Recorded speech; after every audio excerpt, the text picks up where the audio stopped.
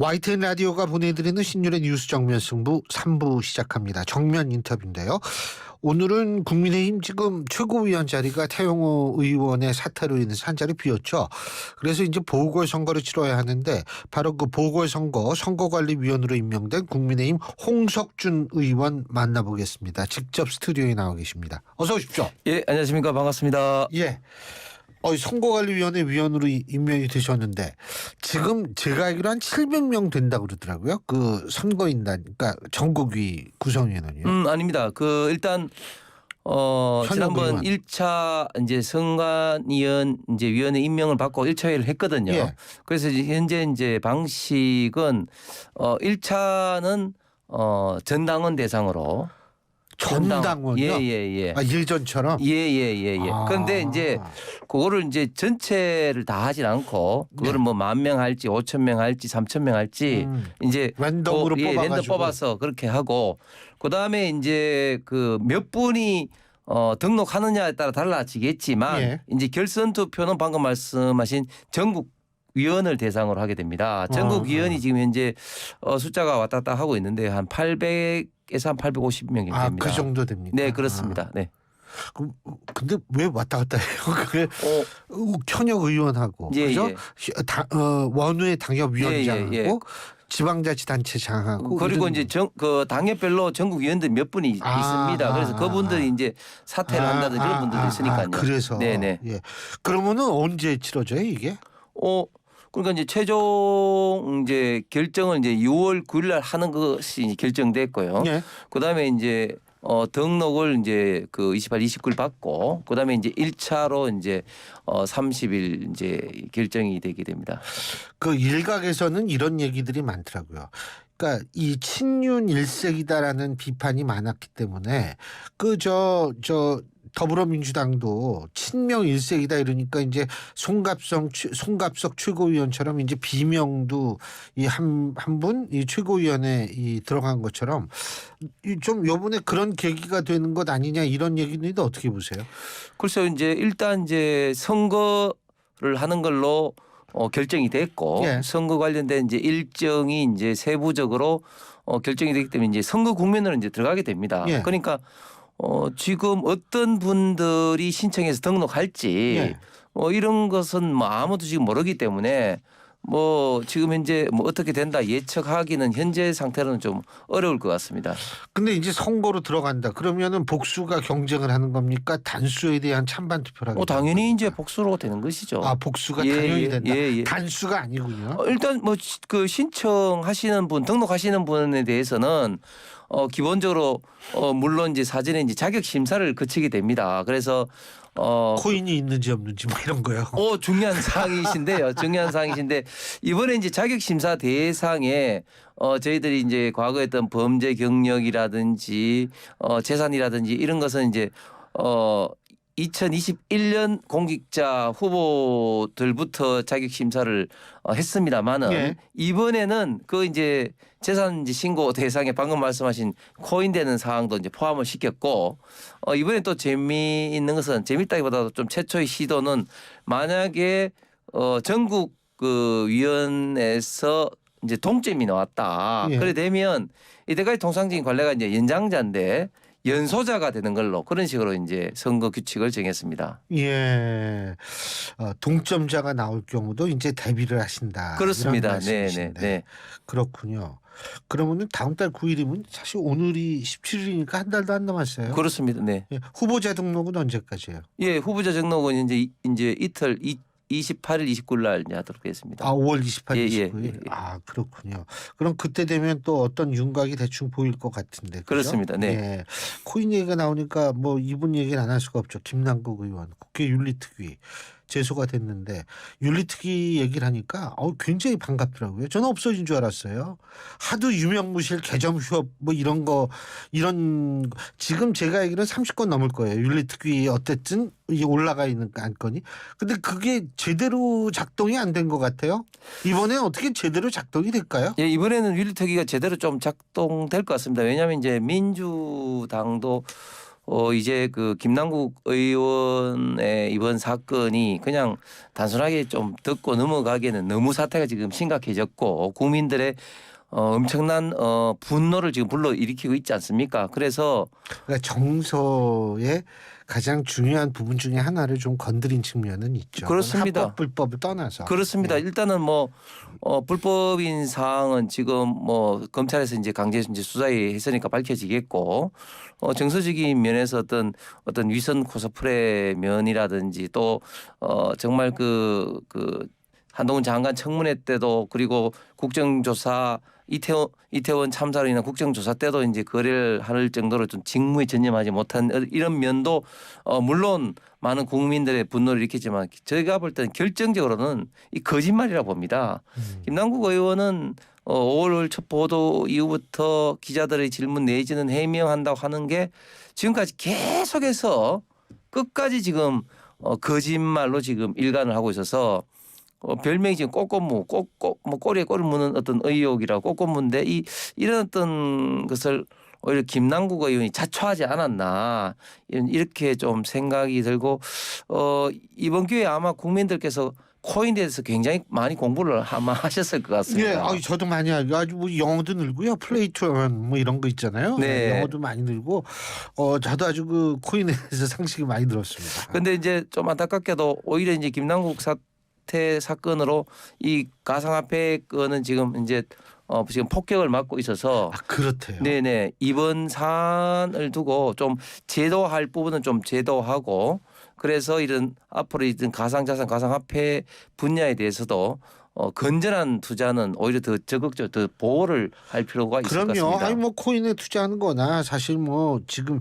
물론 이제 법규의 미비는 정치권에 관한 문제지만 일반 투자자의 입장에서 볼 때에는 그것도 자본주의 사회에서 투자하는 거 가지고 뭐라고 얘기할 수는 없죠. 그렇습니다. 예, 네네네. 그럼요. 네. 그건 김남국 의원도 예외는 아니지만 어쨌든 여러 가지 의혹이 있으니까 본인이 의혹을 또 이렇게 밝히면 되는데 아니 네 뭐 어떤 종목을 얼마에 샀고 지금 얼마큼 보유하고 뭐 이런 거 이렇게 밝히면 되는데 그게 좀 잘 어려운 모양이에요. 제가 김남국 의원 국회의원이 이제 부업이고 이제 가상화폐 투자가 전업이라고 비판했는데 제가 좀 잘못 비판한 것 같아요. 왜냐하면 김남국 의원은 일개 전업 투자가가 아니고 이런 어떤 가상화폐계의 큰손 왕손입니다. 왜냐하면 네. 첫 번째 거래 규모가 굉장히 많습니다. 대부분의 사람들은 500만 이하로 하는데 김남국 의원은 수십억 단위로 하니까 굉장히 규모가 크고요. 그다음에 종류가 굉장히 종류가 많이 뭐 사실은 이제 이더리움이라든지 비트코인 같은 이런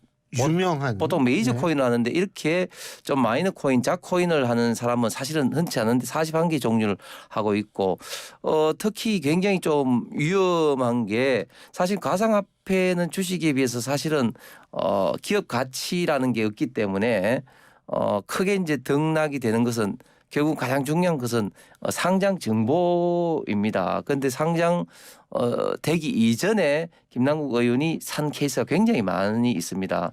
넷마블의 마블렉스도 그렇고 심지어 지금 메콘코인 같은 경우는 경영진에서 이건 내부 정보를 이용한 어떤 그런 정황이 있다고 뭐 지금 이제 하고 있고 해서 이런 어떤 내부 정보를 이용한 이런 어떤 것들 결국 강제 수사에 의해서 밝혀질 가능성이 저는 많다. 예. 근데 이제 지금 물론 그게 의혹입니다만 설령 만일 가정입니다만 이 내부 정보를 이용했다 손치더라도 그게 지금은 법적으로 처벌할 근거는 없을 겁니다. 근데 이게 네. 이제 주식시장하고는 달리 그 자본시장법의 어떤 그 가상화폐가 대상이 아니기 때문에 글쎄요. 방금 말씀하신 그런 어떤 부분인데 그러나 그 자본시장법에 포함되지 않는다더라도 이런 청탁금지법이든지 관련 다른 어떤 법으로 처벌할 어떤 가능성은 많습니다. 근데 어쨌든 아까 얘기로 돌아가서 이 윤리특위 말이에요. 네. 반가운 윤리특위. 이 윤리특위에 이제 제소가 됐는데 이거 의율의 시간 오래 걸린다. 80일 정도 걸릴 수도 있다. 이런 얘기가 있던데 네. 어떻게 좀 프로세스가 빨리 진행될 거라고 보십니까? 이거는 이제 뭐 어느 정도 어떤 숙려 기간이 필요하지만 이제 그 양당의 이제 의지의 문제인데요. 제가 볼 때는 사실은 이제 이미 드러난 문제들도 굉장히 많이 있기 때문에 마음먹기에 따라서는 빨리 결정될 수 있습니다. 일단은 명백하게 지금 현재 국회의원의 어떤 성실 의무 내지는 품위 유지 업무도 지금 현재 위반을 했고 특히 이제 공직자 재산 신고를 하는데 신고 어떤 대상 재산 변동 사유에 그러니까 예금이 급격하게 증가한 것을 두고 이제 주식을 매각을 하고 이제 뭐 그 국회의원 급여다 이렇게 표현을 했거든요. 그런데 그걸 스스로 본인이 주식이 아니라 그 코인 매각한 대금이라고 민주당 지도부에 본인이 그렇게 소명을 했죠. 그래서 이런 재산 변경 내역을 분명하게 이제 그 허위로 한 이런 것도 이제 실정법에 이제 어긋난 거. 그래서 이미 드러난 것만 해도 충분히 저는 윤리특위에서 결정할 수 있는 사항이라고 봅니다. 그래서 좀 빨리 진행될 것이다. 네. 그러면 징계 수위는 어떻게 보십니까? 제가 볼 때는 당연히 뭐 지금 현재 어떤 국민들의 어떤 분노라든지 이런 걸 봐서는 제명까지 가지 않나 싶습니다. 근데 뭐 어차피 제명 결정이 난다 하더라도 국회 본회의에서 이제 또 투표를 해서 3분의 2 이상을 받아야 되니까. 그렇습니다. 예. 근데 지금 법사위원장도 사퇴해라 지금 정점식 의원은 이렇게 얘기를 하고 있는 거예요. 네. 예?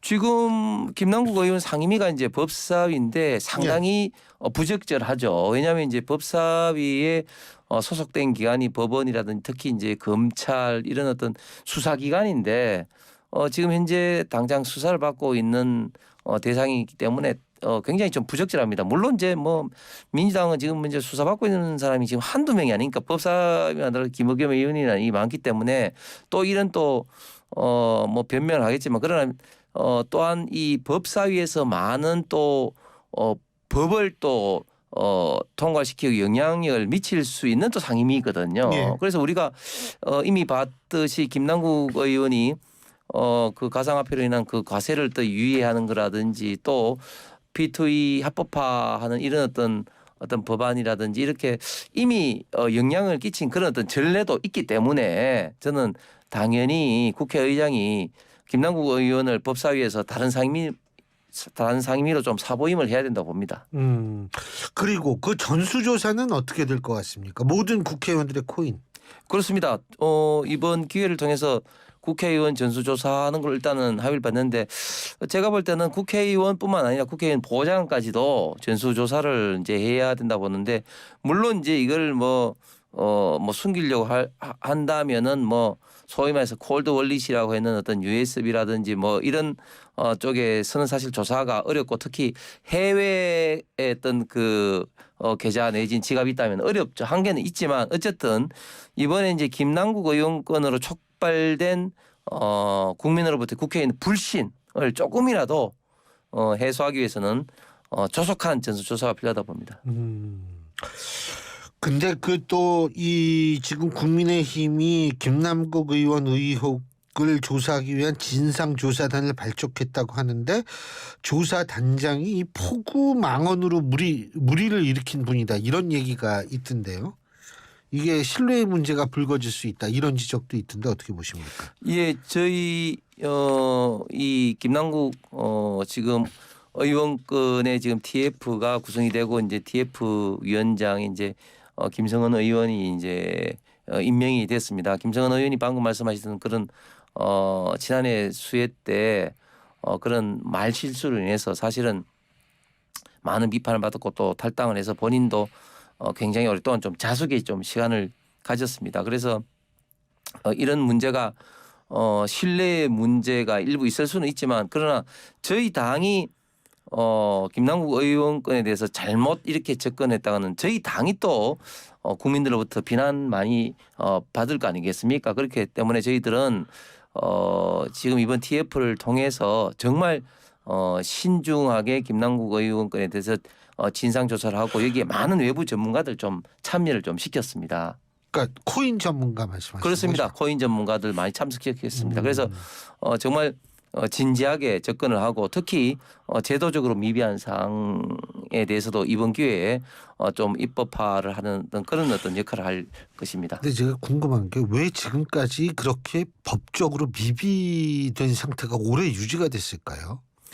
일단 국회의원들이 가상화폐를 잘 몰랐으니까요. 몰라서요. 예. 어. 그리고 이 분야가 과연 자산으로서 얼마만큼의 어떤 가치가 있는 것인가 사실 상당히 조금 스랑슬레가 지금까지도 있어 왔습니다. 잘 아신 것처럼 가상화폐는 블록체인의 어떤 그 결과물로 이제 만들어지는 예. 것인데 과연 이 결과물에 경제적 가치를 어떻게 부여할 수 있느냐 이런 어떤 문제가 지금까지 있는 것도 또 그렇죠. 사실입니다. 예. 그렇기 때문에 이런 부분에 대해서 공직자 재산 신고 대상을 포함시킨다는 이런 것들이 사실은 많이 이제 의논 되지 않았는데 김남국 의원 건이 좀 이런 문제에 이제 불을 붙인 계기가 좀 된 것 같습니다. 알겠습니다. 간호법 얘기 잠깐만 여쭤보겠습니다. 거부권 행사 잘한 겁니까? 저는 참 안타까운 지금 현상에서 지금 많은 의료 내부의 갈등이 있고 또 국민들도 이런 어떤 현상에 대해서 국민 어떤 건강이라든지 또 생명을 지금 현재 다루고 있는 의료계에 있던 이런 어떤 양상에 대해서 많은 걱정을 하고 있지 않습니까? 그렇기 때문에 저는 좀 불가피한 좀 선택이었다 이렇게 좀 생각이 됩니다. 공약입니까 아닙니까? 간호법. 저는 명시적인 공약집에는 없지만 그러나 대통령과 당시 정책본부장인 원희룡 지금 국토부 장관이 언급을 분명히 했기 때문에 사실상의 공약으로 볼 수도 있다고 생각합니다. 그런데 이제 중요한 것은 뭐냐? 그때 당시에 윤석열 대통령이 후보로서 이야기한 거 그리고 원희룡 장관이 대선 정책본부장으로서 이야기한 사항 즉 간호사들의 어떤 처우 개선이라든지 제도 개선이라든지 이런 부분은 지금 정부의 대안에 다 포함이 되어 있습니다. 그렇기 때문에 이걸 공약 파기다 이렇게 이야기를 하는 것은 간호법이라는 것이 만들어지지 않을 뿐이지 그 내용은 다 들어갔기 때문에 공약 파기다 이렇게 주장하는 것은 저는 정치적 어떤 선동이라고 생각합니다. 그러면은 이게 이제 국회로 다시 넘어오면 간호법을 지금 뭐 어떻게 좀 바꿔가지고 다시 올리는 게 낫다고 보세요? 아니면 의료법 개정안에 포함시키는 게 낫다고 생각하세요? 저는 지금 현재 간호법을 지금 핵심적으로 딱 두 가지 그러니까 지역사회하고 이제 간호조무사의 이런 학력 문제인데요. 그 학력 문제는 원래 의료법이 있었다고 그러던데요? 있었는데요. 예. 간호조무사들의 평생 소원이 이걸 개정하는 겁니다. 예. 개정하는 겁니다. 그러니까 간호에 관련된 법이 이번에 만들어진 재정법이잖아요. 예. 의료법에서 떼가지고 그러니까 이번 기회에 간호조무사들의 평생 수건 이걸 손을 대자는 거죠. 예. 그러니까 뭐 그거야 뭐 딱 두 가지만 하면 됩니다. 지역사회 빼고 간호조무사들 주장하는 이것만 반영시키면 되는 겁니다. 지역사회 빼는 게 쉽지는 않을 것 같아요. 그러니까 이게 사실은 그전에는 의사협회를 비롯해서 보건의료 13개 단체가 간호 관련된 이 법안을 따로 떼는 것 자체를 반대했습니다. 그러다가 또 네이밍을 두고 그럼 간호사법으로 해라 이런까지도 하다가 점점점 저희 당과 그 이제 그 정부가 해서 점점점 간격을 좁혀왔습니다. 그런데 민주당과 간호사협회 일부 강성 그룹에서 이제 한자도 못 고친다 이렇게 돼서 이제 협상이 안 됐는데 제가 좀 바라기는 사실 재정법을 만들기는 굉장히 어렵습니다. 그렇기 때문에 이번 재정법의 취지를 살리고 특히 간호사분들의 처우 개선과 제도 개선을 위해서 지금 이 법안을 하되 지금 다른 의료계에서 강력히 반대하고 있는 부분만 조금 손을 좀 댔으면 좋겠습니다. 알겠습니다. 자, 오늘 말씀 여기까지 듣겠습니다. 고맙습니다. 감사합니다.